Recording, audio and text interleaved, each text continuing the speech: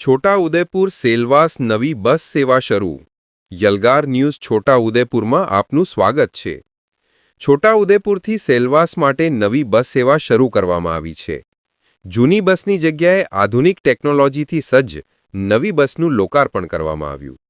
આ પ્રસંગે ધારાસભ્ય રાજેન્દ્રસિંહ રાઠવાએ ઝંડી બતાવી બસને રવાના કરી હતી. નવી બસ સેવા શરૂ થવાથી છોટાઉદેપુરના પૂર્વ પટ્ટી વિસ્તારના લોકોને મોટી સુવિધા મળશે. કાર્યક્રમમાં ધારાસભ્ય સાથે આગેવાનો અને એસટી વિભાગના કર્મચારીઓ ઉપસ્થિત રહ્યા હતા. નવી બસ ફાળવવા બદલ ધારાસભ્યએ મુખ્યમંત્રી અને વાહન વ્યવહાર મંત્રીનો આભાર વ્યક્ત કર્યો.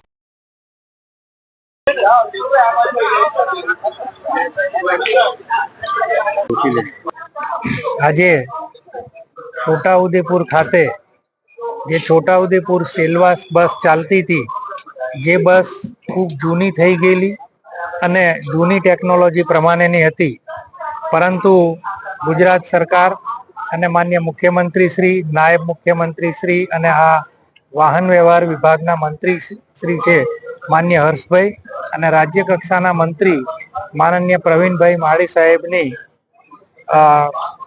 થી આપણને છોટાઉદેપુર સેલવાસને આજે નવી પ્રકારની અદ્યતન સુવિધાવાળી બસ મળી છે અને એ બસનું લોકાર્પણ આજે અમે છોટાઉદેપુર ખાતેથી કર્યું છે.